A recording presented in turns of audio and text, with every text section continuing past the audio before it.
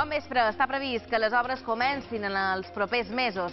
És una de les notícies que us contarem avui juntament amb d'altres que s'han produït aquest dilluns. El darrer, un incendi a un habitatge a prop de la carretera de Manacor. Els blavets de Lluc han assetjat avui davant d'un públic molt especial. Una cinquantena d'alumnes i professors d'arreu d'Europa que avui visitaven el santuari. Ho feien en el marc d'un intercanvi que ha organitzat l'Institut de Sant Ferrer a través del projecte Comenius. Els estudiants procedeixen de 5 països europeus i han passat una setmana a Mallorca.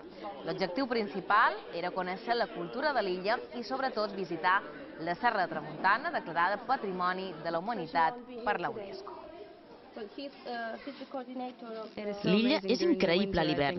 Jo crec que fins i tot més interessant que l'estiu, perquè és molt diferent. I m'encanta la tramuntana. Trob que és preciosa.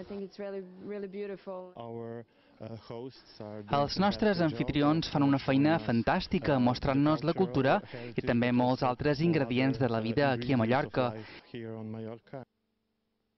Bé, i amb aquestes imatges de record d'aquestes 3 estrelles ens acomiadam per avui. Miquel Salamanca vos du ara tota la informació del temps. Nosaltres tornem demà a les 8:30. Descansau. And I saw a postcard with a beautiful house on it right by the sea. And I asked whose house it was.